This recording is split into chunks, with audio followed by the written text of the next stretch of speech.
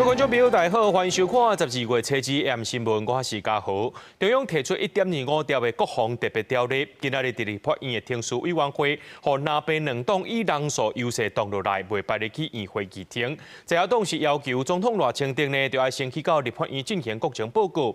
那赖总统今是去到宜兰视察后备吕布3营的教条训练。赖总统是强调讲，就算要和解，也要有真强的力量来做靠线。休眠日无人机升空，国军头一届公开后备部队无人机训练，后备李佩虎的干精型无人机公开。赖总统初二去宜兰视导教条训练。教条训练内容引进美方的战术思维，调员除了爱有无人机的基本操作能力，嘛要学习组装设备，架设艾斯科防步墙、更刺具抓把型铁线网啊，随导入小部队战斗。用65 K2 步枪模拟二杀无人机。赖总统致辞时阵讲，后备部队是国家整体防卫力量的基础。如果没有足够的力量做后盾的话，所谓和解，最终都沦为投降而已。为了避免中共以混转演、以演转战，赖总统提出1.25条国防特别条例，要打造台湾之盾。初二伫立法院听书委员会煞无过关。昨夜以10比9的票数封杀国防特别条例，将万立案无排入院会。民进党团手提砍棒批评南北是53鬼，阻挡国防赢敌人。国民党团总调鲍坤基颠倒讲，无支持互人党拍赖的军告。国民党跟民众党针对所有保护台湾的法案或是预算，都在挡一挡再挡，而根据他们自己提出来的卖台法案呢，就一路的冲。就在今天。要塞进立法院的程序委员会，贸然的要全国人民在完全不知道情况之下，要一个空白的授权。那被要求赖总统先到立法院进行国情报告，讲清楚台湾面临的威胁，也甲预算要多一寡武器装备，嘛坚持随问随答。不过民进党团讲，随问随答已经违宪。我们要求，我们付了钱，东西要可以拿到。要不然我们付钱是在付心酸的嘛。不过，像爱赖总统来国会接受立委的咨询，鲍坤基望赖总统来立法院有问有答，问直讲直，让百姓了解预算的用途。记者采访报道。来看洪都拉斯总统选举，因为这计票系统出问题，目前是佫无结果。不过，两位候选人的立场呢，拢是较活台湾的，已经统计完成的选票，两个人敢若差515票尔。当地选委会是呼吁民众爱保持耐心。对媒体是认为讲，恐惊佫爱等几个礼拜，这结果才会出来。拉丁美洲国家洪都拉斯总统大选面临几个礼拜无确定局势，因为计票系统出现技术甲稳定性的问题，保守派候选人阿斯夫拉甲另外一位亲台候选人纳斯拉亚目前平保盘。国际媒体报道，阿斯夫拉微幅领先，纳斯拉亚公开质疑初步结果的公正性。Todo el pueblo hondureño, el CNE que termine de hacer su trabajo. En este momento hacen falta muchos. O sea, entendamos que el resultado que dio el CNE es un resultado manipulado por el Partido Libre. De hecho, el primero que se fue a sentar a la mesa fue el representante del partido que dijo que no iba a aceptar el TREP. 面对目前总统选举结果烧地不下，选民表达对改变的愿望。Mucho delincuente aquí. Y para que ya no anden saqueando las arcas, ¿me entiendes? 今年67岁的阿斯夫拉捌做德古西加巴市长，佢得到美国总统川普的支持。72岁的纳斯拉亚洪认为是亲台候选人，伊捌表示若当选要甲台湾恢复邦交。伊嘛批评洪都拉斯甲中国建立全面关系，佮有过去甲中国签订自由贸易协议，对本国的产业，尤其是虾的出口不利。公司新闻黄文玲编译。台北市环保局有一名姓黄的清洁队员，甲民众无爱拼去回收的电锅捡倒转来，送予一个伫咧捡资源回收的负责人，互依照贪污罪嫌起诉，引起议论。专案经过台北地方法院审理了后，合议庭4届减刑，今仔日改判刑3个月，假罪2年，体罚公权1年。出庭的清洁队员是甲回收的电锅炸走，转送予剧本所的负责人，防照贪污罪嫌起诉。这案经过法院的审理，合议庭4摆减刑，涉及照贪污的侵占职务上持有的非公用私有财物罪，一审判刑3个月，加罪2年，剔夺公权1年。我真的是好心啊！之后还会，比如说看到，就是还是会继续帮助有需要的人这样子。会啊。下当这摆减刑的关键是包括符合的犯罪了后自首，警察内面自备侵占的债务价值干那32.56块，小警察较轻，含刑法59条侦探民事的减刑规定。被告应忠实执行该职务内容，所为呢实非可取。那考量被告犯罪后坦诚犯行，衡佐他的相关的犯罪动机，量处被告有期徒刑3个月，那可以缓刑。涉案的这个涉案的清洁员虽然讲得到假罪，但是妨剔夺公权，伊伫台北市环保局的工作未来敢有法度继续做？他是心情有比较低落，因为他就是比较担心他会不会因为这样没工作。有转达，就是我们这边会朝着就是尽量不要影响他的工作权来努力。那专案是引起讨论，这种细条钱的涉贪案件嘛引发关注。亲像进前着军华防部少将前参谋长韩武平，刚摕2880块的加菜金去用，招待下骹人下面的家属，中方判4年半落尾得到特赦。即马法务部已经提出修法，面对细条钱贪污的案件，只要符合要件，检察法官的减刑空间甚至会当免刑。这一次的修法有包含说，可能也可以让检方有不起诉或缓起诉的空间吗？这个罪本身是不符合我们缓起诉期的所谓的轻罪，所以即使这样子修，检察官还是没有办法做缓起诉。那这部分也是一个可以研议的方向。光是用小额这件事情来定位这个修法，我觉得就有点危险啦。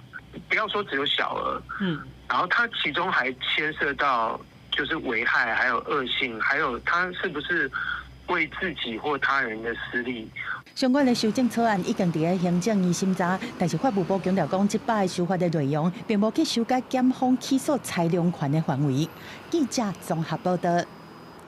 伫台中呢，有一个汽车代办业者去甲这警察拜托，互本地违规放吊扣牌照的出租车，搁再加开一张吊销牌照的假罚单。安尼死了后呢，就免等半年去立罚款了后，就当重新领牌啊。检方查出讲有12名警察涉案，互154名车主会当提早赛车。虽然这个警察无受人诬陷，不过独立金额上报有4400万。这警察和代办业者总共29个人，今仔日拢予起诉。台中市西库顶12名警察2020到2022年之间，因为受到17名汽车代办业者请托，开不实罚单，互原本爱行吊扣牌照的租赁车辆变作吊销，了后又搁会当重新领牌上路。台中检方侦查了后，将29个人提起公诉。认定29名被告共同犯贪污治罪条例对主管事务图利、刑法之行使公务员登载不实及使公务员登载不实等罪嫌提起公诉。民国112年6月30日修法进前，驾驶有严重违规、超速等状况，牌照会用吊扣半年。有不少代办业者的委托警员，搁开不实罚单，吊销牌照了后，租赁车就唔免等半年，只要纳罚款，就会当重新领牌上路。12名警员中，除了4名警员无认罪，其他人拢向检方表示，是因为警友会成员争议，还是亲戚朋友请托。要求员警必须将该等违规车辆当场移置保管，以及当场扣缴牌照，不得再交由车主当场领回，落实相关规定办理。检方表示，这个案有145名车主得到提前使用车辆不法利益。换算落来，警员独立金额大约4400万。虽然无收钱，也毋过已经构成独立罪。台中市警局表示，涉案的12名警员案发的时，已经依规定寄过调整服务地区。检方起诉了后，全部拢依规定停职。警察那时候已经有了解过，以后现在已经都没有这种情况了。你吊扣是属于违规违法。或者没有验车才会吊扣嘛。车子只要经过一个吊销或注销的这样的一个处分之后呢，必须要满6个月，它才可以来重新申请验车领牌。台中区监理所强调，修法了后，吊销牌照至少满半年才会当重新领牌，都无空芳会当扔。台办业者表示，进前确实存在吊扣变吊销的做法，目前拢会请车主依照规定处理。公司新闻采访报道。有民众甲养猪公司借30万，实际提高手续时付到25万，讲有5%的手续费、20%的代办费，这年利率呢就爱36.3%。伊就质疑讲，这民间的养猪公司敢是伫咧放荡来的？今年9月开始呢，这金管会透过着这金保法甲41间养猪公司的管，也若讲到未来敢会定专法的，各界也拢伫咧关注。我在正职下班后跑外送，去餐厅洗碗，我打了4份工，花了2、3年把债务清偿。这名控诉家己过去是落入去放荡里限制的过程。တင်证人凯文讲，进前因为厝内需要一大条钱来做手术的开销，甲养猪公司借30万，但是实际摕无25万，甚至都要还款超过43万，利率是高达36.3%，但是超过民法规定的上限16%，嘛比当破30%的规定更较悬。中间有代办业者，那通常代办的所有的业务都会由代办业者去承揽，我称之为公犯结构，是很客气的，可以用40% 的利率剥削人民，那不是市场，是国家监管的失败。为了防止乱象，金管会对9月15开始分阶段，先甲中组如荣、好顺含日盛大圳等4间上市的集团旗下养猪税公司纳入金保法的管理。第2阶段是扩大到金融机构转投资的13间公司。第3阶段则甲台北市租赁商业同业公会其他会员当中15间纳入适用范围。目标2026年9月41间当中纳管。金管会虽然在今年9月已经有寄出相关规范，但是还有上千家、5、6千家的融资公司、子公司、属公司，还持续的在让更多的家庭承受不合理的利率。虽然金保法内面的10大规范，包括写出来的利率含费用，应该以年利率含总费用的200分率，而且向消费者来说明应该负担的费用。而且，若民众拄到乌白收钱、超贷广告不实、暴力讨销是代签抗白本票这行为，拢会当向评议中心来申诉，违规者上悬会当罚1000万，限制业务也是解职人员。但是民众含入位质疑讲，金保法无法度对源头来控管，想要有效来约束，必须要是透过养猪租赁公司管理法的专法。这个涉及到融资公司的问题，都是消费者的权益的问题，而不是对他这个公司本身的纳管。哈，因为它本身也不像银行一样会吸收存款，那所以目前这个专法的问题，我们认为说还是没有必要。金管会嘛表示讲，因为无去适用较早的案件，伫金保法入管进前，若民众去拄到利率相关的争议，恐惊嘛是要寻求民事诉讼的途径。记者综合报道。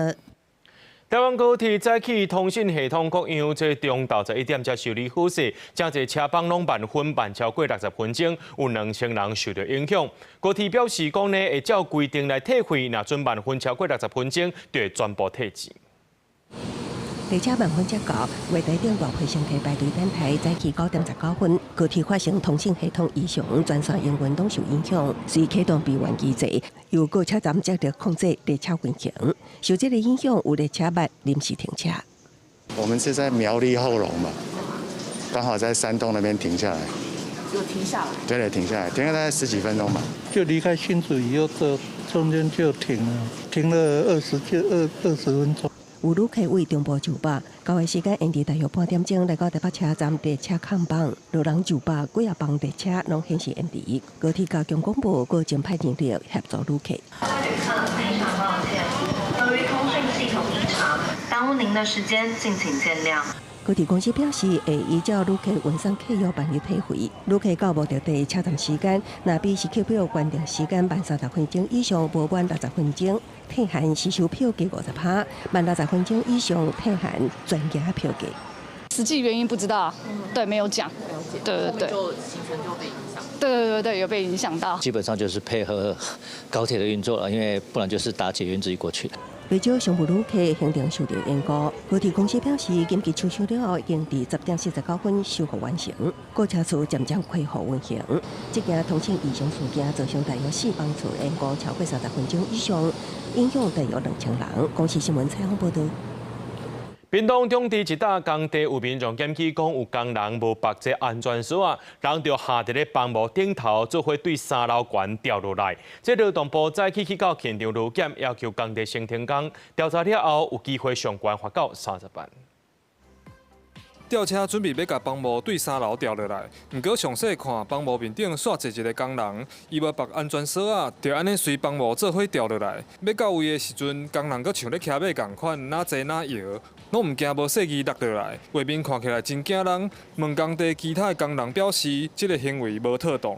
这个动作是非常危险的动作，那只要有任何一个闪失啊，人只要掉下来，人基本上就是没有了。吊车应该是模板工人，因为要吊装模板下来的时候，他们自己叫的吊车。代志发生伫顶个月27，屏东农业产业园区内底的工地，工人表示，这笪所在要去废水的处理厂，迄当时房屋处理煞要甲吊落来，判断是房屋师傅外包的吊车无遵照工地安全指示做。劳动部南部集载中心早起嘛到工地做劳检，因为算是重大的缺失，已经要求现场部分停工。是针对我们看到的影片上的缺失，我们先只是个检查，然后现场也请他们去先一个不跟停工，请他们把缺失改好，才能继续施作。一个吊车的作业确实不能这样子，除了吊挂物品，人员不可以在下方，以后更甚者，人员当然不可以坐在上面了，这个是一个相当危险的一个作业。治安法的规定就是3到30万的一个罚则。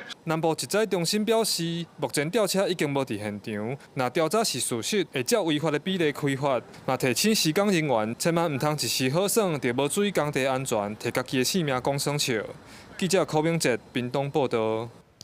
台湾自来水公司公告讲，今仔日开始呢，新北、桃园、台中、云林、嘉义县、台南，还有高雄部分地区，配合换管线顶工程会停水，或者是减压送水，甚至有一寡所在呢，要等50多点钟才有水通用。那台南呢是有32万户停水，真侪店家拢受到影响。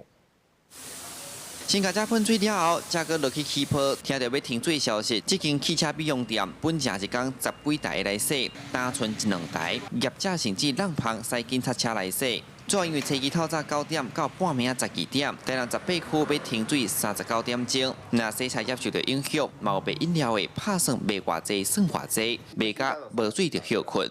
暂时搁我度，明仔载因为阮有水台关的，所以明仔载就唔知啊，就这个水用完了呢。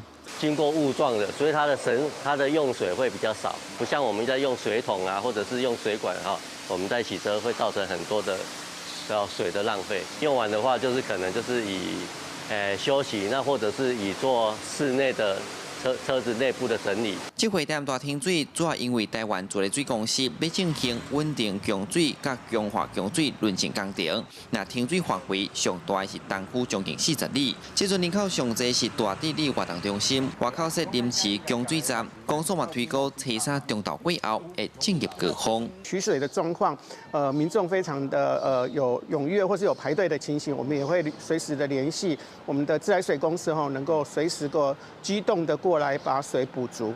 咱这个里会使讲旧部落跟新社区的结合所以人口数又很多所以很积极固定很积极在协调会当来遮下这个加水站，和大家以便不只是虚啦。店停水甲降压范围内有真侪旅社，为着避免影响旅客权益，猫饭店规划先暂时无提供游泳池服务。停水唔干那台南，自来水公司公告，包含新北、桃园、台中、彰化、云林县、嘉义县等各地区停水时间拢无同，上长有连续53点钟。记者台南采访报道。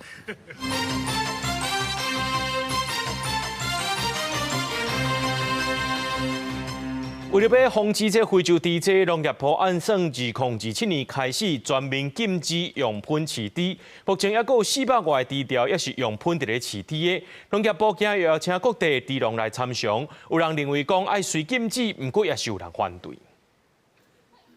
拜二早起，来自各地猪农和农业部针对禁止用喷饲猪的议题召开会议，因为农业部规划对2027年开始全面禁止用喷饲猪，农业部打算让猪农在2026年1年的时间做转型。这个政策一个出来，支持和反对的猪农拢有。目前用喷饲猪的猪农认为讲有监控系统，甲喷煮过就无问题，希望卖全面禁止。厨余有经过高温蒸煮。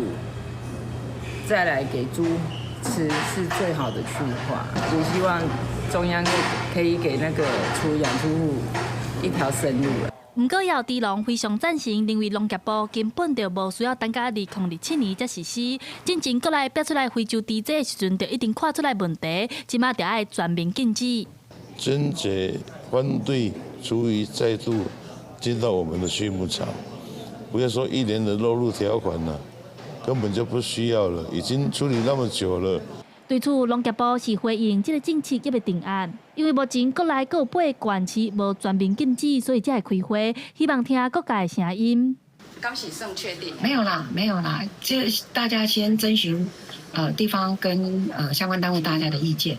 那最主要还是在周4的时候，那整个政策才会整个拍板确定。为着要鼓励猪农改用饲料，农业部也推出来转型方案。今年底提出的申请者，每只猪会当补助3600块，设备补助上悬也会当补助到300万。农业部表示，未来会提出更较侪方案，帮助猪农转型。记者台下选谢桂玲台北报道。非洲猪这疫情过后，中央宣布，这2027年要禁止用喷饲猪，也若打造全国唯一合法猪喷处理中心的苗栗猪农刘家顺呢，伊是投资真侪钱落去，希望政府就要有配套措施。目前6都内面的这新北、台中是真赞成中央的政策，不过桃园是认为讲，这猪农的意愿也个油喷安怎去化，拢爱考虑入去。甲原麦粉倒入去蜡槽，经过90度高温甲煮，落尾会变做石化液态饲料。但是另外一边煮喷的设备却敢会当放伫遐。农业部宣布讲，后年开始，研究禁用喷来饲猪有1年的转型宽限期。在苗栗通宵开5000万，打造全国唯一一个合法喷供煮中心的猪农刘家顺深受够疼。之后再进入到朝廷。构造的液态饲料桶，逐组是关8公尺，提供煮过的喷伫遮放互冷含收藏。但即马敢若会当等伫个空地。刘家顺家己考试家己，是气高龄第一排受害的，对政策的变化感觉真委屈，因为喷气化的问题无解决，希望政府有配套措施，互循环经济理念会当延续。我是海啸第一排，当然是会有委屈的。希望政府如果能够重视我们这种共同珍珠厂，未来能够导向以辅导我们去做，把它做成一个饲料化，能够让它可以利用起来做成一个循环经济零废弃，这样是对我们是最有帮助的。对禁用喷来饲猪，新北市政府表示讲，会全力配合中央的政策。台中市政府原定明年10月全面禁用喷来饲猪，和中央宣布的宽限期搁差2个月，即摆会建议和全国公布，互猪农含喷的处理业有法度依循。中央地方是要共同携手合作，来防止非洲猪瘟再度发生，所以新北市一定配合中央，在厨余的转型过程当中，全力的防范。对中央这样的一个政策我们是乐观其成的。那台中市政府基本方向会一致。不过，桃市政府质疑讲，禁用政策对地方的冲击真大，猪农希望讲会当继续使用喷来饲猪，各县市处理喷气化的能力无同款，应该有更较完整的转型措施。记者综合报道。健保署今仔日证实有财政部和调野立委的支持，医界也沟通车坐解，未来医生的加班费会当免税。相关草案已经送到卫福部，会报请行政院审议，同意了后就来推动，上紧今年底公告明年施行。国内护理人的流失，急诊医师嘛规定离职，为着将病院的医师留落来，健保署初二证实已经得到财政部甲中央立委的支持，未来医师的加班费所得会当免税。相关的草案已经送卫福部。我们预计是以这个医师的加班时数超过一定的比例，那比照这个警察人员的加班超过一定比例的那个加班时数，希望能够来做减税的动作。健保署表示，病院医师可能需要紧急关心断医个案，还是临时有较复杂的手术开刀，时间会过6点钟，工时真长。医师工会专联会是讲，进前甲卫福部讨论达成的共识方案，针对助理医师正常工时以外，执行的医疗业务，像讲开刀、巡房、看诊等，属有正常加班费应该免税，而且每个月加班时数袂使超过80点钟，每3个月总工时袂使超过240点钟，差不多有3万个病院助理医师受惠。执行这些困难手术的医师，他们每一刀的他健保的给付都是一样的，健保并没有额外的给付，所以我们希望说透过这个对这些急重大科医师的税负的优免，能够增加这些医师留在医院的意愿。医院会不会趁机反而是降薪？因为这个时候呢，就是对医院来讲，如果让你的税后的所得一样的话，好像医院就也不用付出那么高的一个人事成本。医师工会指出，目前住院医师已经纳入了计划保障，有工时指引规范。不过，主治医师因为工作性质特殊，而且自主性悬，还未纳入这计划。为了老人才个反映劳动价值，所以争取医师加班费免税，预估差不多会当减1/3的税。健保署讲，草案的后续还阁报行政院审议，经过同意了后，就会当实施。希望今年底前完成，上紧明年报税就会当适用。记者采访报道。根据着疾管署的统计，顶礼拜类流感门诊也个急诊的就医人数差不多和顶礼拜是同款的。如果疫情开始伫咧加悬咯，也若讲到这日本、韩国的流感疫情正咧严重，会要出国的民众爱提早注意风险。今年驻公费流感预防车的民众较济，政府搁再加买15万吨，按算12月中会到位。天气搁要变寒，受东北季风增强，加上冷空气导南影响，拜3、拜4部分所在低温干那14度左右。寒天较高感冒，根据疾管署的统计，顶礼拜类流感的门诊、急诊就医人数有87000多人，甲顶一礼拜差不多。但是有个疫情咧要开始升悬，而且流感的部分也增加9例死亡，其中有3例是高风险族群。这3例其实都是所谓的这个感染流感之后并发重症或者是这个死亡的这个风险很高的族群也就是幼童，然后有慢性病的患者以及65岁以上的年长者。其实刚刚讲有这个新增的这个9例其实都是没有接种本季的流感疫苗，所以可以看到是说这个接种流感疫苗还是对于这个发病跟这个造成重症或死亡还是有明显的影响。疾管署也提醒讲，即马日本和南韩流感疫情正在炭烧，因应刷落来是过年甲休寒，国人会有出国的计划，所以呼吁民众爱紧注意风险。因为今年驻公费流感预防车的民众较济，所以政府即马嘛加买15万吨，按算12月中会到位。跟大家报告说，我们第一批已经采购到13.1万剂左右，好，那不足1.9万剂，我们内部有评估过，就是还是希望说买足，所以最后还是会买足15万剂，跟就铺货到22县市。那长病毒的部分，虽然顶礼拜病例数无明显增加，但是长病毒今年统计到单已经有19例重症，其中9例死亡，是最近6年来上济。监测显示，社区流行的病毒以吸刷机 A6型上济。疾管署评估，长病毒疫情传播风险也未长好，所以建议家长和教育人员爱教囡仔保持卫生、接洗手。记者陈心东、王志光台北报道。政府希望在自控3年癌症的死亡率会当降低1/3。这卫福部也和民间团体合作，推动病人健康危害防治法草案的立法，来降低喙腔癌的死亡率。所以因为有反对声音，这立法进度说是无啥进展。卫福部表示会继续来拍拼。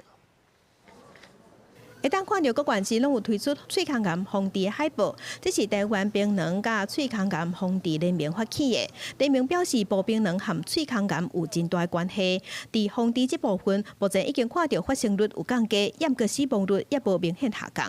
筛检还要加强它的不止量以外，品质要加强，这样才能降低死亡率。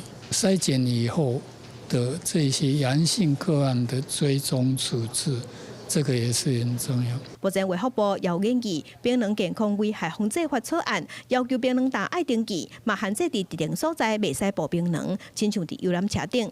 也毋过因为引起反弹，目前立法无进度。卫福部表示，为了落实健康台湾的目标，会继续推动立法。草拟的这个叫《槟榔健康危害防治法》啊，那这个里面主要是强化这个对未成年跟这个孕妇的一个健康危害的防治，增加这个高风险族群的口腔癌筛检跟这个戒槟榔的一个卫教的管道。根据卫福部统计，喙腔癌排10大癌症的第6名。若是有食槟榔的人，得喙腔癌的风险是一般人的28倍。步槟榔佮啉烧酒风险佮较悬，是一般人的123倍。卫福部讲，为了国人的健康，建议民众上好是离槟榔佮烧酒愈远愈好，也爱配合定期体检，安尼才会当有效降低着癌的风险。记者陈心东、王志光台北报道。最近这4年，检警查到的毒品就超过20万公斤，其中也包含正罕见的香西地球牌海洛因。这款的毒品讲是较纯，而且一届有查到19公斤，乌市挺好赔到2亿。另外也头一届查到有人偷运这鸦片回入来，是会当炼做毒品的，甚至有人用电商平台伫咧走私毒品。用几啊种的技术，才将定座秒开，内底藏有毒品，搁较是伫台湾罕见的香西地球牌海洛因砖。伫国际合作之下，互检警伫关口查落来。一般的检测的方式根本检查不出来，它就是毒瘾，不敢去把它破坏。你破坏如果没有毒品，你就要赔出很多的一个赔偿。所以他的这个手法等于是说，如果说没有一个亲自的合作，没办法去完成。这类的海洛因来自金三角地区，搁较是互人真会食掉着的药剂剂。跟他这摆扣落来19公斤，乌市计销就超过2亿。其实不只是淘宝，还有包括像虾皮，大陆业者没办法直接在台湾卖东西，所以他们会透过这种电商平台，利用私人的方式来把大陆的货物媒介进来台湾这样子。那这个可能就会是一个行政上的管制漏洞。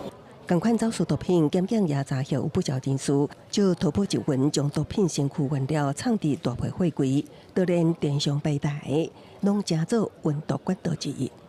毒品查获量从第1期的3万余公斤跃升至第2期的20万余公斤。我们将依托以此海他命等持续危害国人青少年之新兴毒品列为第13波的重点查缉项目。国内受毒品侵袭，官方我4年查获毒品超过20万公斤，比顶一期的3万多公斤，增加5.74倍。顶例的专案行动，更加是头一摆查到大烟火实珠，会当互提炼做第1级毒品抹费。现实让我觉得，我们还有很多部分需要精进。这种不法的种子，我们已经管制了很多，更不应该有这样的一个缺失漏洞。无论制毒、运毒、贩毒，国内毒品乱象犹原无杜绝，甚至手法愈变愈多样。行政院赵永泰坦白讲，政府伫反毒顶面犹原有精进的空间。公视新闻采访报道。香港市高雄上届大片海沙厝的仁爱和平商场社区，对2021年开始呢，主办多间其中危险性上界悬的单元1大楼已经拆掉，不过规个多间作业已经是拖3-4年啊。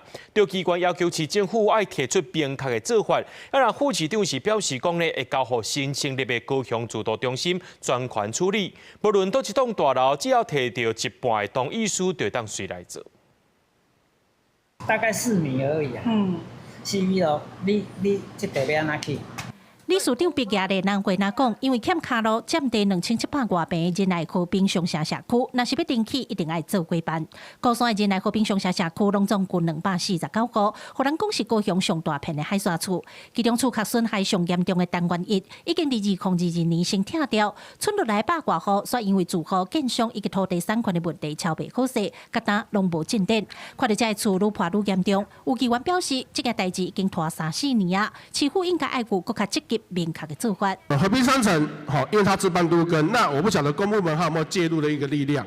那如果这样的下去的话，我担心啦。我们有新的一只手，叫做高雄驻都中心啊。假设在一定的期间内，他们还没有超过50%，或者是一定的时间内超过50%，我们就进场。副市长表示，后续会由8月都成立的高雄自助中心来负责推测，倒一大单规先提供过半同意书，就大先做。和平商社都经会理事长讲，顶个月有甲市府开会，专家学者要求头一个条件嘛是同意书要过半。目前因已经提到4成同意书，但因为有2成外住户进前有甲顾问公司签约，受到约束唔敢签同意书，望市府会当介入协调。你若要解约的时候，要赔偿3倍的违约金。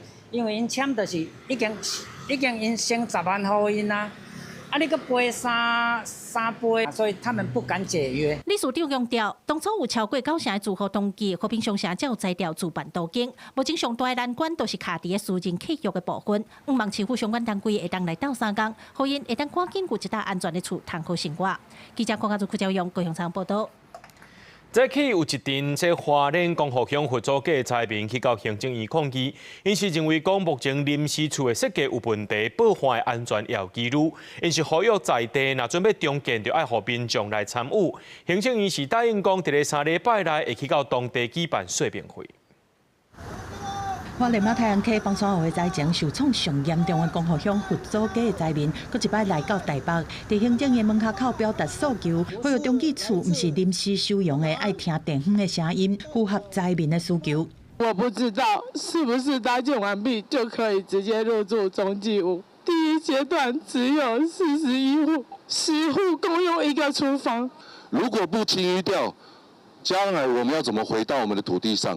灾民认为讲无共徛过饮水的程度是差真济，卡数补偿金额大家拢共款，并无符合公平原则，希望政府补助方式公开透明，而且简化申请流程。因讲到进前去行政院抗议，却无得到回应，对这行政院参议出面来接တင်情，承诺3礼拜内会来说明。我们会在3个礼拜之内，会到这个当地去做一个说明会。接下来呢，我们也打算，我们协调汇报。会在光复车站那边，会设置一个驻地的工作站。加紧重建脚步，立法议会嘛伫同一天，三读通过中央政府花莲马太阳溪帮山湖灾后重建特别预算，预算规模是270亿，嘛遗留收落来廿到30亿，朝野有关度共识，一线拢无加减。中央政府花莲马太安溪堰塞湖灾后重建特别预算案，照审查报告修正通过。陪灾民出席的学者陈嘉霖讲，政府应该检讨启用挂包的模式，导入更较侪灾民自主参与。决策机制嘛袂当干那有听到专家的声音，爱纳入更较侪在地的知识和意见。地方的参与是需要体制化，毋是逐摆拢互灾民需要来到街仔路抗议。公司新闻综合报道。人生亲像坐公车，当时落车是无一定。什么叫做意外呢？我都一切叫做意外。这南投县的南投市民代表会通过啊。那准这市民意外过身有慰问金10万块，是头一个推出意外死亡慰问金的县市。市公所是强调讲，希望减轻市民当着意外经济压力。广播叫着手头的号码，民众到柜台办代志，来柜台也会当申请社会福利补助。亲像南投市公所去年推出每人5000块的双总慰问金，每年开始，若是南投市民不幸拄着意外，阁会发放市民意外过身慰问金，一个人10万块。有一笔钱安尼是袂歹，但是我感觉。若是钱会使愈侪愈好安尼，因为10万块一个家庭，1个月、2个月安尼尔，啊，凡是伊有的人阁找无工课。老人年金我是感觉吼，因为咱钱一定的额度就好，应该把钱做在其他的，包括幼儿、再培囡的钱无够，所以我感觉后摆公所吼会当阁去出一较高强的。南投市长表示，进前未少代表和民众，拢希望公所会当替市民保意外保险。经过公所研究，因为预算有限，改作推出意外过身慰问金。明年开始，只要户口设伫南投市，电线满6个月以上，那因为意外事故过身，摆毒自伤、自杀、酒后开车、食毒品、故意犯罪以及重大过失才会情形，家属就会当领到10万块的市民意外过身慰问金。市民的意外的身故慰问金吼，每一个是10万块。当然未来吼，咱嘛会继续每一年来检讨来讨论，有需要提高这金额，还是讲扩大较侪补贴补助的这个范围。除了意外过身慰问金，每年南投市的中央敬老金。65到89岁也对原本的1500提悬到2000，90到99岁对2000调整为3000。针对民众建议，爱加重视幼稚福利的部分，南投市公所也讲，按算对后年2017年开始，会先针对中低收入户和低收入户5岁以下囡仔，每个月发3000块的幼稚津贴。记者邢品仪南投报道。阿里山周边公园附近应该是真热闹，不过经过2届火烧，才来起这个周边公园。最近才有一个展览，重现阿里山周边部落一个100年历史，咱做伙来看卖。在地民众伫一笔一摆空虚相片当中，小解迄当阵自路建筑甲生活。因为1950到1976年2摆森林大火才消失的阿里山周边自路，透过这无共年代旧相片，互当初住伫遮的人会当有机会分享在个所在发生过的故事。对一些旅客以及当地的居民来讲，这是一个非常难得的活动，让这个当地的居民以及旅客可以回溯一下当时昭平站的一些建筑、一些记忆。除了古相片的展览，户外阁有国外艺术家伫90乘120公尺的范围内，配合空翕图来表示迄当阵招平聚落内底工厂、仓库甲店头各用30外件的建筑物，要透过这种方式，互人感受招平公园较早阁是聚落时闹热的发展历史。在瑞士，你要盖房子的时候，你要告诉你的邻居你的房子会多大，所以你要先安置一些标杆。那我们用同样的那个方法的做法，但是不是呈现未来，而是再现过去。林雅树家己分属甲阿里山林体分作处，伫阿里山的招平车站举办装置艺术展，记录这个海拔2274公尺高的聚落，安怎为草树啊、集运中心甲闹热的商店街啊，最后成做招平公园的完整过去。希望透过展览的内容，互人更较认捌阿里山在地的故事。记者林慧婷家己报道。来看香港好好湾这条新闻进前，提醒来观众朋友要注意你的徛家，这灭火器、啊个防火门，甚至这火灾警报器，敢是会弹？若准袂弹，要赶紧去注意咯。看到这香港大埔的红河湾发生火灾，着火时阵呢，这敢是去受翕到讲大楼内面的火灾警报拢袂弹。廉政公署也查出讲，这应价防火帮有一寡是用了较俗，而且是会导火材质，这害这火一声就弹开啊。香港特首李家超车之宣布，要成立这独立的委员会，而且要来追究责任，也要改革。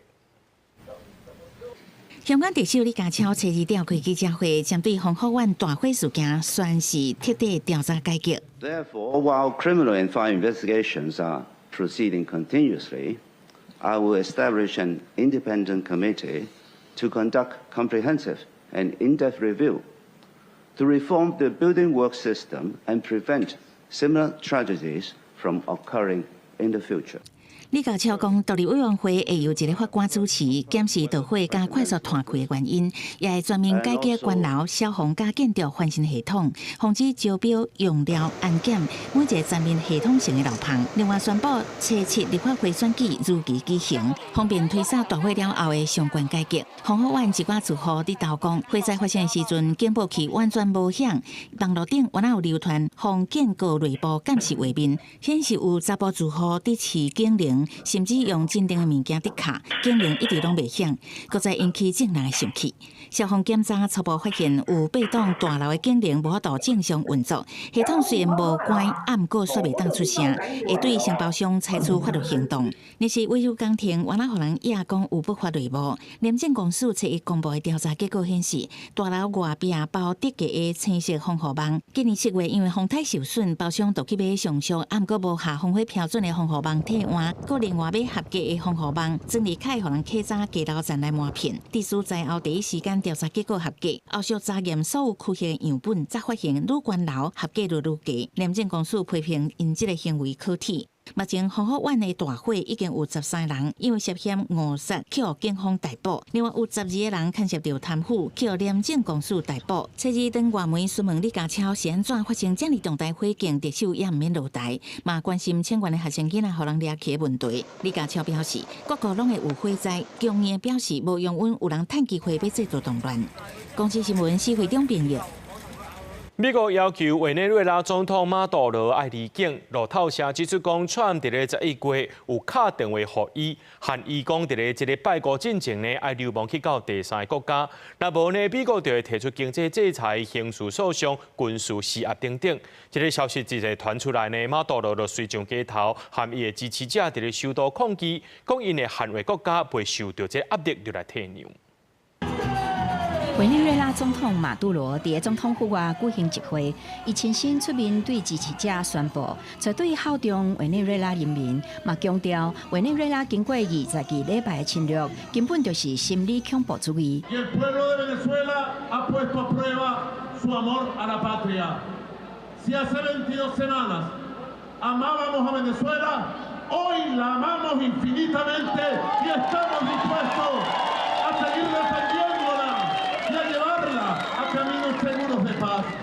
马杜罗会有这么大动作，是因为除了伊和美国总统川普两个人伫媒体顶悬公开对话以外，后壁还有一条关键的热线。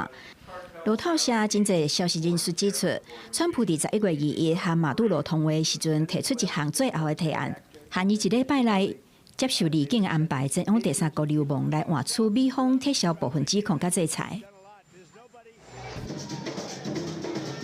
委内瑞拉首都卡拉卡斯市中心会当看到红拍拍的人山人海，执政党号召支持者出门保卫总统，配合马杜罗徛上舞台，摕千里镜看向人群的手，唱无爱战争爱和平的歌曲来跳舞，强调家己毋是问题的核心，而且是代表一个愿意捍卫国家的人民。伊一再保证家己对过身的前总统查韦兹就抓会用一生的代价，保持对革命甲人民绝对忠诚，绝对袂伫压力下退让。Con el presidente Maduro, donde nosotros, la fuerza trabajadora, se aboca.al llamado que hace la patria, al desarrollo de la patria como fuerza que hacemos para hacer respetar nuestra soberanía.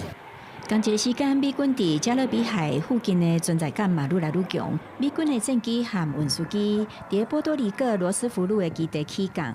配合进前已经部署的航艦甲军艦，对委内瑞拉外围的高压军事态势，川普进前宣布委内瑞拉上空应该看作是完全关闭的空袭。虽然对着是毋是动武，伊回应卖过度解释，但是不断累积的军事甲制裁毒枭的名义，互外界忧心，万一谈判失败，最后通牒可能会变作是更较直接的军事冲突。公司新闻陈伟仁编译。有研究指出，讲呢，人使用这个网络、使用手机啊，颠倒和实际上的人际关系是愈来愈疏远咯。这澳洲针对16岁以下青少年使用禁用这个社群媒体禁令，对12月初10特别开始生效。不过，有2个少年囡仔去告政府，因认为讲这项禁令会损害到青少年的宪法权利，也让这青少年的声音规个来消失去。就算相关的官司还未开始，不过包含着澳洲议会、丹麦、法国、马来西亚等国家都有伫咧考虑要设类似的禁令。在伫册桌的头前，15岁澳洲的青少年琼斯当地认真写数学作业，有当时还会看和数学有关系解说影片。澳洲针对16岁以下青少年的社群媒体禁令，包括禁止 YouTube、Meta 旗下 Instagram、TikTok 和 Snap 旗下 Snapchat 等平台，会对12月初10开始生效。暗算会有超过100万人的社会会防台掉。但是琼斯認為講這項禁令是損害青少年的憲法權利，嘛剝奪青少年發聲的管道。伊含另外一個少年奈蘭德對政府提起憲法訴訟。I believe that as a young Australian, we as a whole will have our constitutional right taken away from us, and we will also be invisible with this ban. We won't be able to share our views or opinions, and we won't be able to hear others' views and opinions, political or just about anything. 琼斯認為社群媒體是青少年維持人際關係的重要工具，就敢若現代的公共廣場，會當接受到多元化的觀點和意見。政府應該甲重點放在消除社群媒體有害的因素，親像網絡的霸凌和網絡的搶劫性行為。這種敢若針對青少年的禁令，唔但是無公平，嘛是會當互人凊彩就看到對身心有害的發文和影片。Some chats about how people are going to get around it, and I know a lot of my friends are going to get around it, and I feel that actually puts kids in a more dangerous situation, because when kids do things in secret, that's when things can be really harmful. 这项禁令的社会影響力是真大，社群媒體使用權的無平等，有可能會讓青少年喺共輩群體內面的溝通出現問題。瓊斯認為講，引導囡仔使用網絡應該是父母的責任，唔是政府的責任。除了青少年的訴訟，澳洲媒體嘛報道，影音平台 YouTube 嘛暗示會提告澳洲政府。就算是安尼，包括澳洲議會、丹麥、法國、馬來西亞等國家，攏在考慮對咧做這種禁令。澳洲議會喺11月27日通過決議，限定使用社群媒體的年歲必須要滿16歲，13到16歲是需要家長或是監護人的同意，13歲以下是完全禁用。不過，這個決議無法律的效力。馬來西亞青少年社群媒體的禁令是按算2026年來實施。公司新聞單詞同編譯。澳洲的大寶島有正美麗島嶼，10多年來，昆士蘭旅遊局為着宣傳，向全世界定調島嶼的看守權，唔但環境好，薪水也懸。目前有錄取成員工是一對翁仔某。這是澳洲大寶島島嶼當中的綠島，離島格拉斯港15公里。島上除了有昆士蘭上高的燈塔，10月還佫有新島主卡麥隆翁仔某。We weren't really expecting to be successful, but. To much to our surprise, we were. 卡麦隆阿某是塔斯马尼亚来的，两个人捌住伫芳村顶12年，环游世界。头一摆起来落岛，就是来面试。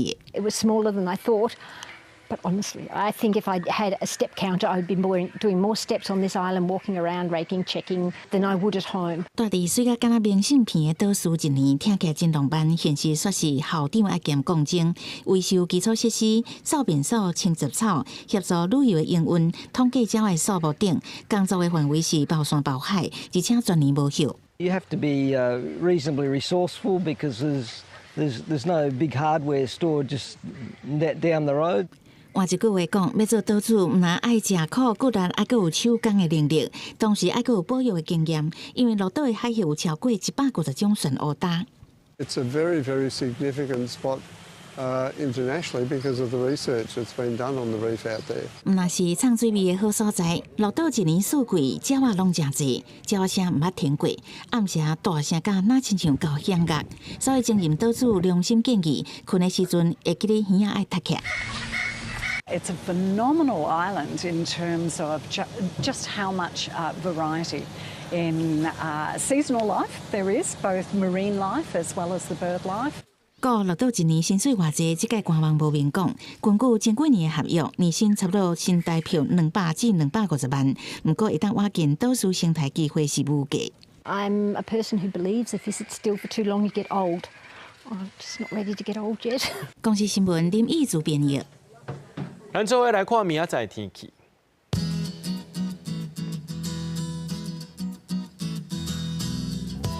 基隆台北桃园新竹对17度到19度，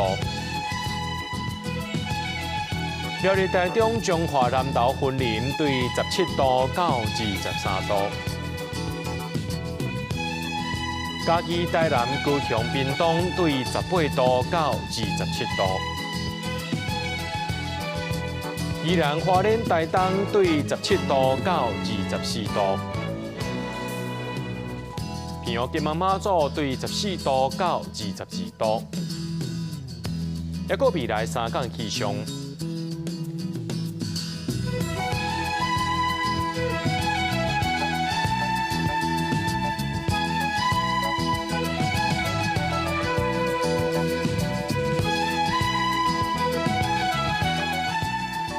新闻最后，感谢各位观众朋友收看今日暗新闻，我是嘉豪，明仔暗时7点咱再相会。